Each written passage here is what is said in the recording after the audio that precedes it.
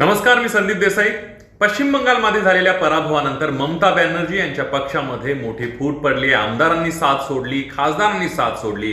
विश्वासू सहकारी आता ममतांची साथ सोडताना पाहायला मिळतात आणि त्यामुळे अडचणीत आलेल्या ममता बॅनर्जी यांना काँग्रेसच्या ज्येष्ठ नेत्या सोनिया गांधी यांनी तृणमूल काँग्रेसचं काँग्रेसमध्ये विलिनीकरण करण्याचा प्रस्ताव ठेवला होता.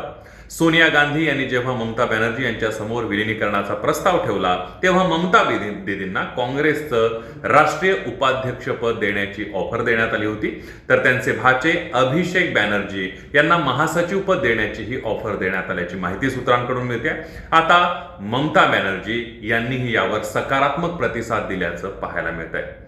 ममता बॅनर्जी या तृणमूल काँग्रेसचं विलिनीकरण काँग्रेसमध्ये करायला तयार झालेत आणि त्याच्या घडामोडी आज दिल्लीमध्ये पाहायला मिळाल्या.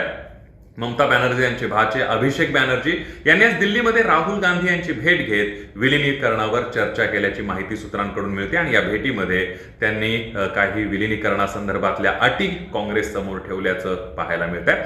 तृणमूलच्या विलिनीकरणानंतर ममता दीदींना राज्यसभेवर निवडून द्यावं आणि त्यांना राज्यसभेतील विरोधी पक्षनेतेपद देण्यात यावं अशी अट तृणमूल काँग्रेसनं काँग्रेससमोर ठेवल्याची माहिती सूत्रांकडून मिळते आणि त्यामुळे दोन्ही पक्षांमध्ये विलिनीकरणासंदर्भात सकारात्मक चर्चा सुरू झालेली आहे.